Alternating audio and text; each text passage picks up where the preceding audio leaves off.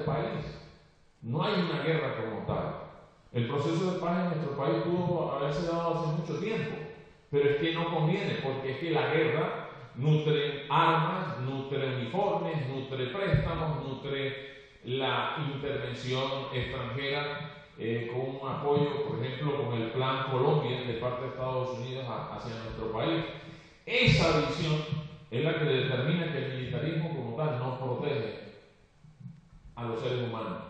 Las armas son utilizadas. Ustedes vieron aquí qué pasó con el 15M. Cuando la gente pacíficamente salió a protestar, ¿cuál fue la reacción de la fuerza pública? Y yo vi informes, videos, por televisión, los vi por internet, y uno se queda preguntando. Entonces, nosotros pagamos impuestos para dotar al Estado de armas para que él sea nuestro propio verdugo. Y en todo ese plan, evidentemente los medios de comunicación juegan un papel fundamental, porque es el que maquilla la realidad. Y veía yo en estos días, ¿no? La crisis que está viviendo Europa y especialmente España. Me montaba al Renfe, al tren, y había gente, personas que las escuchaban, me bajaron 500 euros, me redujeron el salario de 300 euros, se bajaban esas personas, subían otras 3 y era igual. Pero ¿qué pasaba al día siguiente? Jugaba el Barça, perdió el Barça. Jugaba el Madrid, perdió el Madrid. Y automáticamente el diálogo de la desesperanza de que me bajaron el sueldo cambiaba por si este metió el gol, si no lo metió, si Ronaldo lo votó, si lo hizo el otro. Entonces ahí es donde vemos que los medios de comunicación juegan un papel interesante para anestesiar y para que la gente no despierte lo que es más importante, la conciencia. Bajo ese elemento, hemos hecho un análisis desde América Latina, desde el movimiento La Voz de la Conciencia, muy concienzudo. En ese análisis nos preguntábamos, pero ¿cuál es el objetivo de los que manejan el poder? ¿Qué es lo que realmente quieren? Entonces, hay 3 posibilidades. Una, el poder; la segunda, la riqueza; y la tercera, el control. Pero si hacemos un análisis, nos vamos a dar cuenta que los que manejan el poder, ¿para qué quieren poder si ya lo tienen? La segunda, la riqueza, son los dueños de la Reserva Federal, un banco privado que imprime billetes de la nada.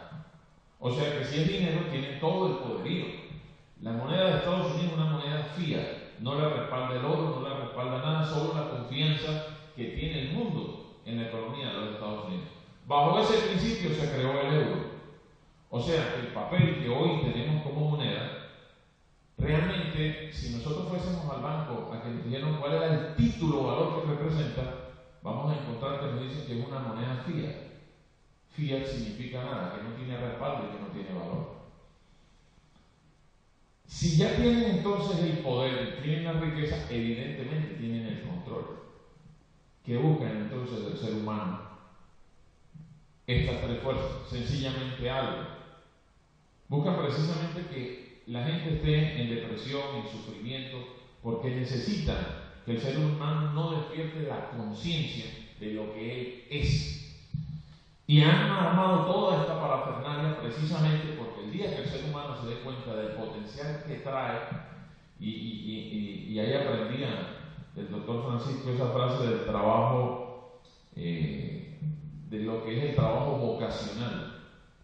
¿Cuántos no quieren ser de pronto pintores, escritores, pero no pueden? Les toca ser taxistas, les toca ser ingenieros, les toca ser porque necesitan comer. Dejan de ser lo que son, o sea, la esencia de creadores se pierde. Desde ahí, nosotros hemos estado muy ocupados, y en esta parte yo quiero, querido público, que presten atención, porque de todo lo que más nos ocupa, no es tanto la parte económica, lo que nos ocupa es que está en riesgo la vida humana. Y hemos visto, nosotros después de la campaña presidencial estuvimos en gira aquí en Europa, en España estuvimos en Barcelona, compartiendo pues nuestra experiencia, lo que había hecho el movimiento, cómo desde la base nos organizamos, cómo nos alejamos de los partidos políticos tradicionales, cómo no caímos en el juego de los medios de comunicación, porque creemos que las experiencias de todos los seres humanos en todos los países se tienen que sumar. Es la única forma de plantear una alternativa real. ¿Qué es lo que está pasando hoy en América Latina y en el mundo? Nosotros venimos acá porque después de un análisis de algunos hechos históricos, nos llama muchísimo la atención, por ejemplo, este dato. En el año 1907, el señor Morgan, a través de un banquero internacional muy famoso, a través de su influencia en los medios de comunicación, creó una crisis financiera a nivel mundial. Después, en 1914, estaba estallando la Primera Guerra Mundial. O sea, primera crisis económica, Primera Guerra. Seguía entonces este proceso y encontramos que en 1929 vino una segunda crisis. Entonces, segunda crisis. Voy a ponerlo acá para que simbólicamente se nos vaya quedando. Segunda crisis. Pero después de esa segunda crisis, ¿qué sucedió? Vino una Segunda Guerra Mundial en 1939. ¿Cómo terminó esa guerra? Con la bomba de Hiroshima y Nagasaki.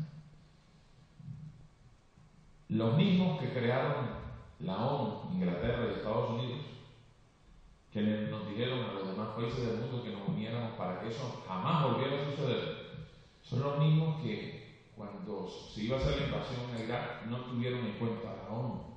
O sea, son profundamente contradictorios en sus planteamientos. Quiere decir que primera crisis, primera guerra, segunda crisis, segunda guerra. ¿En qué estamos ahorita desde el 2008 en el mundo? ¿En qué estamos? Económicamente hablando. En una tercera crisis. España la está viviendo Grecia, la está viviendo Portugal y la está viviendo mucha gente. En América Latina ya estamos tan acostumbrados que desde 1970 que llegó ese monstruo llamado Fondo Monetario Internacional vivimos en crisis. Pero eso trajo una ventaja, nos adaptamos y sabemos sobrevivir a la crisis. Mucha de nuestra gente sobrevive con $2 diarios. En Europa no se tiene esa condición de aprendizaje. Ustedes se imaginan cuando la crisis golpea, ¿cuántos suicidios hay? Que esa es la verdadera pérdida que tenemos. No es la pérdida del dinero, es la pérdida de la vida humana, es la pérdida de los hogares, es la pérdida de la cordura. ¿Cuánta gente no pierde la razón, precisamente? Entonces estamos en tercera crisis, viene tercera guerra. Para mí es indiscutible. Lo anunciamos en el 2010 y lo dijimos claramente. Tengan en cuenta que viene tercera guerra mundial, pero con un agravante. Estamos más armados que nunca con bombas nucleares. Hay un informe que acaban de hacer 37 científicos de la Unión Europea y parte de los países que no pertenecen a la Unión, en donde la radiación que se está emitiendo por las bombas lanzadas en Irak, en Afganistán, en Libia, las que van a lanzar pronto en Siria y también en Irán, no son de uranio empobrecido. Esa es una vil y falsa mentira. Entonces, esa realidad de guerra que va a vivir el planeta es la que nosotros ya hemos vivido de alguna manera internamente en nuestro país y que le estamos advirtiendo al mundo, a los gobernantes, pero como los gobernantes no escuchan, porque están tan llenos de orgullo y prepotencia que se hacen sordos al clamor de los que dicen representar, nos toca entonces hacer lo que debimos hacer desde el principio, lo que hemos hecho desde el principio, y es hablar con los seres humanos que vamos a ser afectados directamente. Por eso organizaciones o asociaciones como Aleteia y todas las que puedan existir en el mundo, tenemos que buscar la forma de unir conocimientos, experiencias y saberes para proponer alternativas frente a un panorama que, señores, tengo que ser sensato, honesto, hace 2 años lo daba como probabilidad, hoy, por los hechos acontecidos, lo doy como certeza. La demora es que Estados Unidos dé un paso en contra de Irán.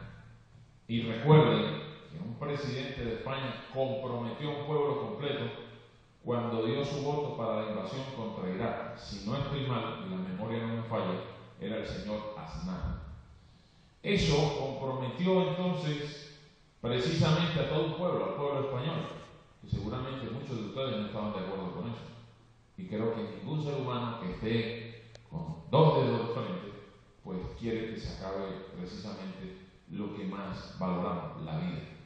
Ese panorama de guerra entonces está muy claro y tiene que ver con 7 vías abiertas. Israel-Palestina, el conflicto que ocurrió en Bosnia, el problema que tenemos entre la diferencia entre Pakistán y la India, el problema que ha sucedido